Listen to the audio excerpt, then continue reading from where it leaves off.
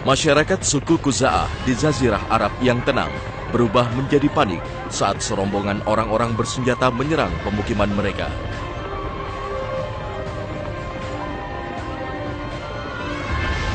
Penduduk yang tengah menunaikan sholat pun tak lepas dari keganasan para penyerang dari suku Bakar yang didukung kaum Quraisy Mekah.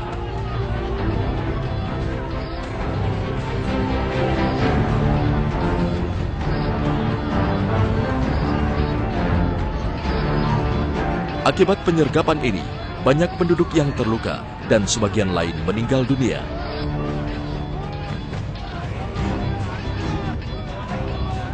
Inilah peristiwa berdarah pertama yang mencederai perjanjian damai antara kaum muslimin dan Quraisy Mekah yang telah disepakati dan berlaku hingga 10 tahun.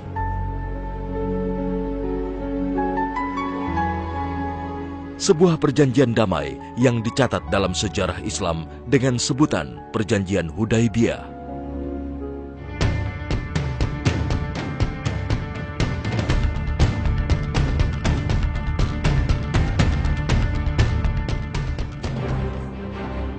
Abu Sufyan sebagai pemimpin Quraisy Mekah berang mendengar aksi para rekan sesama tokoh Quraisy yang ikut serta penyerangan berdarah ini tanpa sepengetahuan dirinya.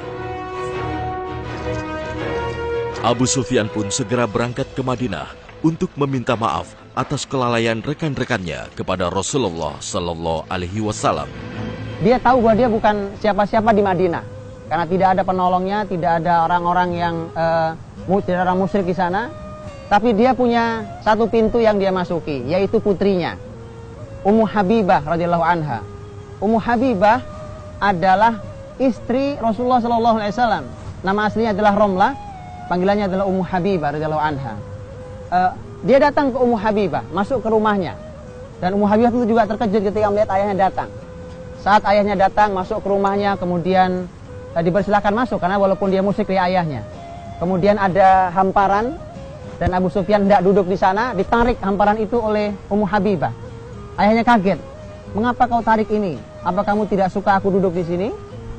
Jawaban Ummu Habibah adalah, ini adalah hamparan Rasulullah Shallallahu Alaihi Wasallam. Sementara engkau masih musyrik, engkau masih kotor.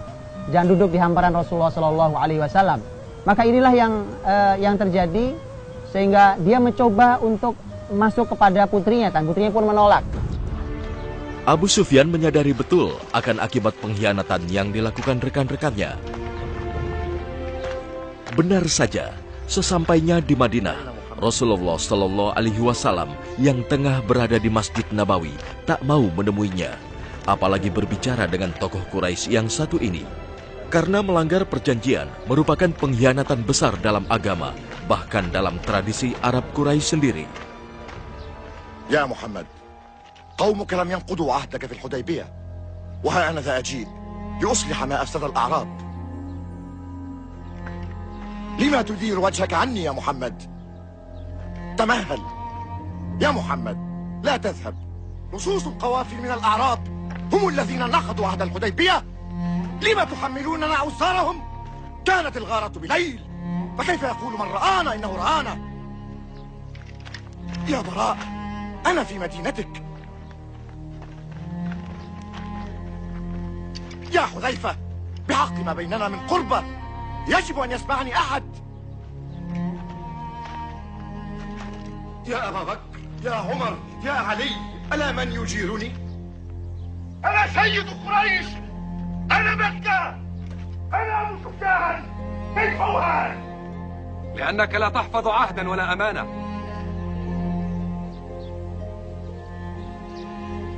أبو سفيان يستجدي العطف، ومع ذلك فشلت، لأنك لا تزال ذات أبي سفيان المتغطرس العنيد. إنك تأبى أن تعبد الله وحده. لم أكن أعرف أنك انقلبت كل هذا المنقلب. نعم، ولكن من الكفر إلى الإيمان. ماذا أقول؟ هزمت وغلبني على أمري راعي أغنام في مكة، أم أقول إنه دينه الذي بدأ برجل وغلامين وامرأة؟ وهذا الدين الذي غرس في 4 أنفس، ألا ترى أن يدا قادرة هي التي تعهدت؟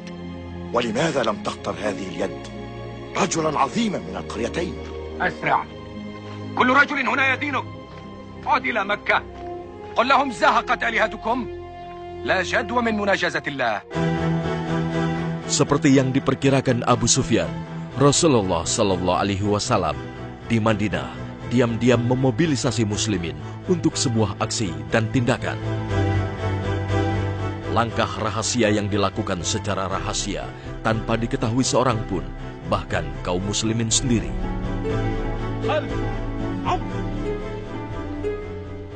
أتريدنا يا بلال؟ لا، بل هو رسول الله. فماذا هناك؟ حملة يريدكما فيها. نحن لها، ولكن إلى أين تمضي هذه الحملة؟ لا أحد يدري، يريدها سرية وعاجلة. هيا اتبعاني. Bahkan yang pertama kali tahu bahwa Nabi sedang menyiapkan perbekalan untuk perang itu adalah Abu Bakar saat Abu Bakar masuk ke rumah Aisyah radhiyallahu anha. Abu Bakar masuk ke rumah Aisyah kemudian melihat ada perbekalan-perbekalan yang sudah disiapkan. Abu Bakar bertanya, putriku, apakah Rasul mau pergi jauh? Kata Aisyah, begitulah aku diperintahkan untuk menyiapkan.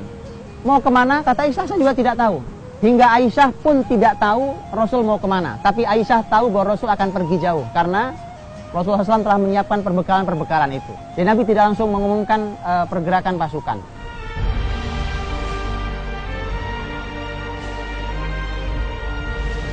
Setelah persiapan dianggap matang, Nabi pun mengumumkan rencana perjalanan ke Mekah. Itu pun dilakukan dengan hati-hati dan berpesan agar misi ini tak diketahui oleh kaum Quraisy.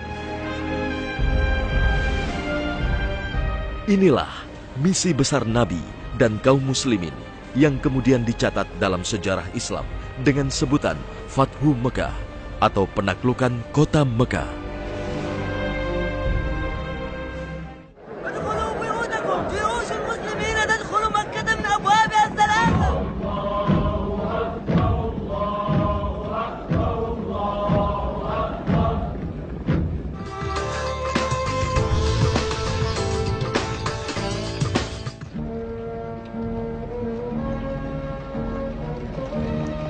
Sejarah mencatat, ekspedisi penaklukan kota Mekah diikuti tak kurang dari 10.000 orang muslimin, lengkap dengan persenjataannya. Sebuah iring-iringan terbesar yang tidak pernah terbayangkan kaum Quraisy sebelumnya. Hampir saja misi mulia ini bocor setelah salah seorang muslimin mengirim surat ke Quraisy memberi kabar akan datangnya kaum muslimin ke Mekah dalam jumlah yang sangat besar. Rasulullah Shallallahu Alaihi Wasallam mendapatkan wahyu dari Jibril pemberitahuan bahwa informasi bocor melalui Hatib bin Abi Balta'ah yang sekarang sedang melakukan perjalanan adalah seorang wanita membawa surat yang surat itu disembunyikan di balik gulungan rambutnya.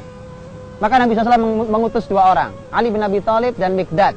Dikirimlah dua sahabat Nabi SAW ini untuk mengejar wanita itu. Begitu sampai diperiksa dan tidak dijumpai, diperiksa dari semua perbekalan bawaannya tidak dijumpai. Kedua sahabat mengatakan bahwa Rasulullah SAW tidak mungkin dusta. Maka terus mereka cari sampai mereka jumpai itu. Dan dibawalah ke Madinah. Dan disinilah kemudian begitu diketahui di kalangan para sahabat senior bahwa Hatib bin Abi Balta'ah membocorkan itu, maka Umar radhiyallahu anhu mengatakan bahwa da'ni ya Rasulullah adrib unuqah. Biarkan aku ya Rasulullah yang memenggal kepalanya. Fa innahu khanallaha wa rasulah.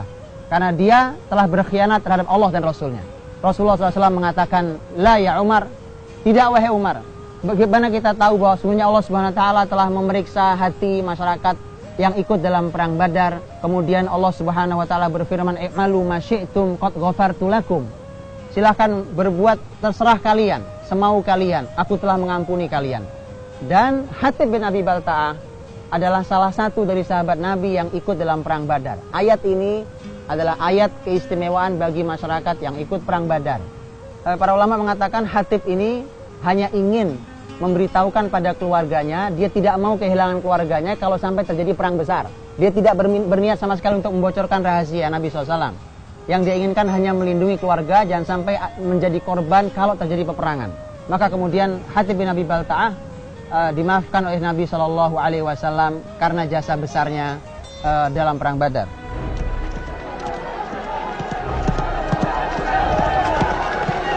Setibanya di Mekah, Abu Sufyan segera memberi kabar akan iring-iringan besar Nabi dan kaum muslimin kepada Quraisy. الآن وقد عدت نستطيع أن نقاتله. نحصن البيوت نسد الطرقات. Namun, tak ada satupun Quraisy yang tahu apa yang seharusnya dilakukan. إنه اليوم في 10,000 مقاتل. جبان نموت ولا يدخلها محمد. عودي إلى الدار يا هند. جبان هل أنت سيد مكة؟ انظر إلى نفسك لقد انكسرت. هل مات أبي وأخي وعمي ليستسلم زوجي؟ عدلت إلى الدارين. حمقاء، لا نستطيع أن نقاومهم، لا نستطيع. إنهم يستردون مكة.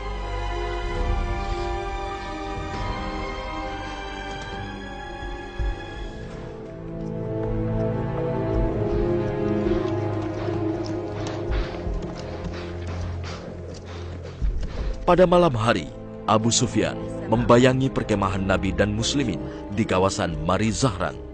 Perkemahan yang diterangi tak kurang dari 10.000 obor membuat gentar tokoh Quraisy ini.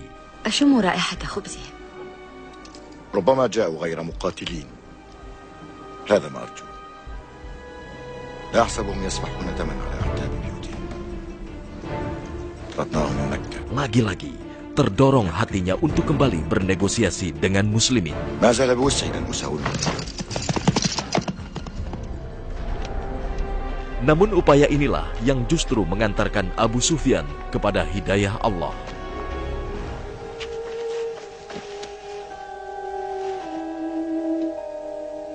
قل ما جئت من أجله. رأيت نيران خيامكم والرجال من حولها.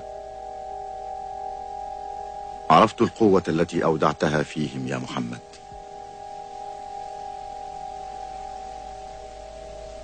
والآن لو وافقت على أن أما زلت تضع الشروط يا أبا سفيان؟ أبا سفيان، متى يخشع قلبك لما نزل على رسول الله من الحق؟ لا يزال بعض الشك يراودني. لو فصلنا رأسك زال الشك كله. لا يا خالد، لا إكراه في الدين.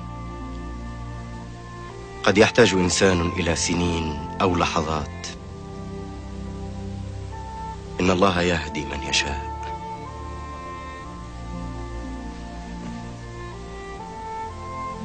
أيها العبد الأسود، أنت مثل أعلى. أنا لست إلا ما أعطاني ربي. نعم، لو كان في آلهتي خير ما تخلت عني.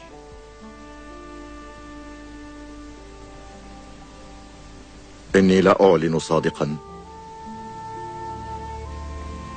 غير حانث ولا مرغم. أشهد أن لا إله إلا الله وأنك يا محمد رسول الله.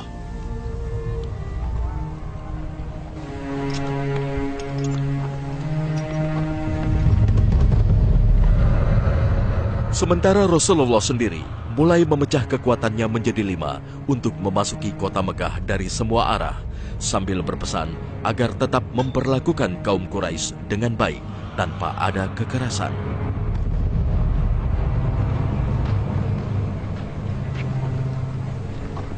يقول لكم رسول الله ندخل مكة ب4 أرتال، رتل من أذاخر في الغرب ويكون بقيادة أبي عبيدة بن الجراح بأمر رسول الله، ورتل من كدي في الشرق ويكون بقيادة الزبير بن العوام. السمع والطاعة لرسول الله. ورتل ثالث بقيادة سعد بن عبادة من الجنوب. أما الرتل الرابع فيأتي من الليط والخندمة في الشمال بقيادة خالد بن الوليد. السمع والطاعة لرسول الله.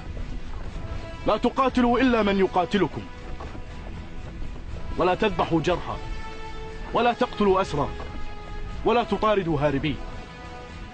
فانطلقوا على بركة الله يا أنصار الله. السمع والطاعة لرسول الله.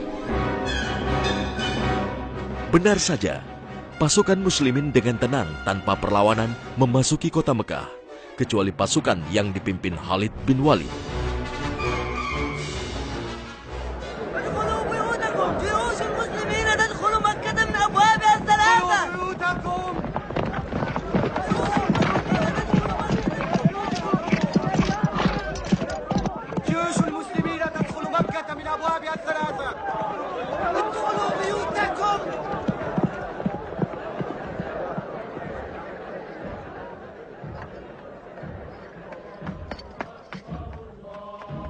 Hari itu, bulan Ramadan tahun 8 Hijriah, gelombang muslimin memasuki Mekah setelah kurang lebih 21 tahun Nabi dan muslimin terusir dari kota Mekah.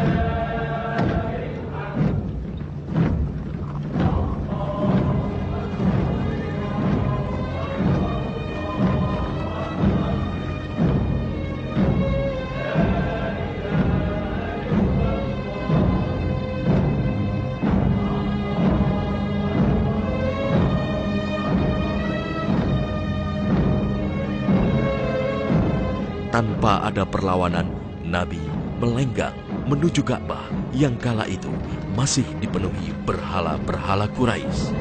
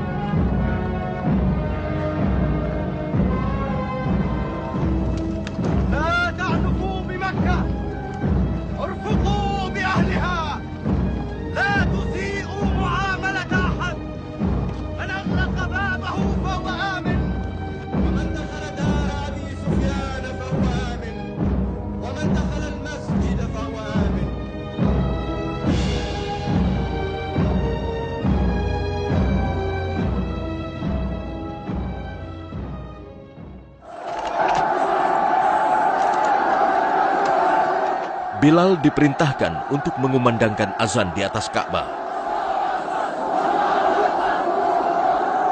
Sebuah proklamasi akan tegaknya Islam di kota suci Mekah sebagai kiblat kaum muslimin.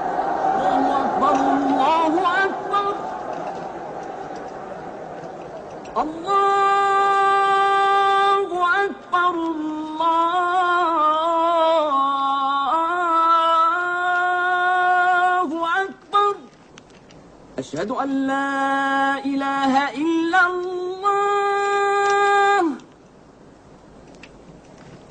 أشهد أن لا إله إلا الله.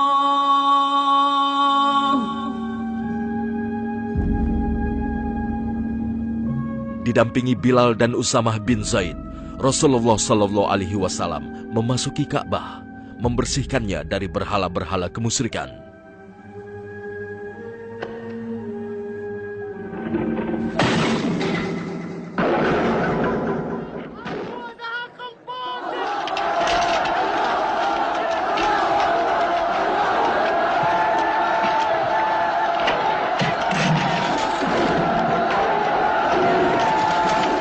Nabi Shallallahu Alaihi Wasallam setelah menyampaikan khutbahnya, Nabi berkata kepada pembesar Quraisy, "Ya ma'syara Quraisy, ma tadhunnun an yuf'ala bikum?" Menurut kalian mau saya apakan? Tentu kalimat ini menakutkan bagi pembesar Quraisy karena mereka sangat jelas diingatan mereka bagaimana Nabi Shallallahu Alaihi Wasallam dulu mereka hina, bahkan mereka berencana membunuh Nabi SAW. Sekarang Nabi yang punya kekuasaan. Nabi SAW bertanya, menurut kalian akan aku apakan kalian? Kemudian mereka berkata, akhun karim, wabn akhin karim. Engkau adalah saudara kami yang baik. Engkau adalah anak dari saudara kami yang juga baik. Nabi Shallallahu Alaihi Wasallam mengatakan, hari ini aku ingin berkata, sebagaimana Yusuf berkata kepada saudara-saudaranya, la tasriba alaikumul yaum. Hari ini kalian sudah saya anggap tidak punya kesalahan. Idhabu fantumut tulaqah. Pergilah kalian semua telah dibebaskan. Ini pemaafan yang sangat luar biasa. Ini yang disebut dengan al-afwu indal maqdirah menurut para ulama, yaitu mampu memaafkan saat mampu membalas. Bukan hal sederhana. Mungkin kita bisa memaafkan, tapi saat kita dalam keadaan tidak bisa berbuat apa-apa, kita bisa memaafkan. Tapi saat kita bisa membalas, mungkin kita akan mencoba membalasnya.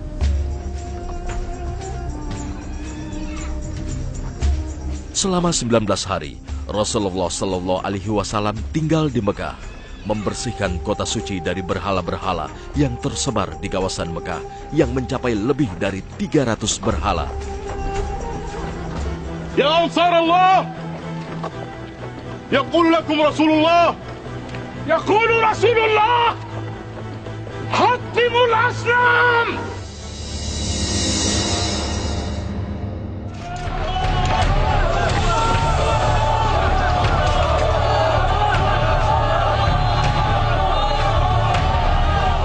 Dengan begitu, kota Mekah menjadi kota suci, seperti yang ditetapkan Nabi Ibrahim alaihissalam. Terbayangkan oleh kita, apa kita bisa membayangkan saat hari ini kita sholat menghadap ke Ka'bah, sementara Ka'bah dalam keadaan kotor oleh kemusyrikan hari ini? Maka Fathu Makkah adalah satu hal yang luar biasa. Kiblat muslimin bersih dari kemusyrikan. Masyarakat Quraisy masuk Islam. Dibersihkanlah patung kemusyrikan dari jazirah Arab, dari Mekah dan sekitarnya. Inilah saat ketika Mekah kembali mendapatkan kesuciannya. Ketika Mekah kembali dihormati dan tidak boleh ada kesalahan dan dosa dilakukan di sana. Dulu Mekah adalah tempat yang disucikan. Itulah kenapa disebut sebagai Ardullahil Haram, yaitu bumi yang dimuliakan, yang dihormati. Tidak boleh terjadi hal yang haram di sana. Ternyata dikotori jazirah Arab itu oleh kemusyrikan. Nabi Muhammad SAW mengembalikannya, dikembalikan kepada kesuciannya. Mekah kembali menjadi bumi Allah yang dihormati, bumi Allah yang terjaga, tidak boleh ada hal yang haram terjadi di sana. Dan inilah kemudian sampai hari ini kita bisa melihat bahwa ada Makkah, ada Madinah, yang kita sebut atau yang kita kenal dengan Ardul Haram, Haram Makki dan Haram Madani, Makkah dan Madinah. Makkah adalah tanah suci yang disucikan oleh Nabiullah Ibrahim, dan Madinah adalah tanah suci yang disucikan oleh Nabiullah Muhammad Sallallahu Alaihi Wasallam.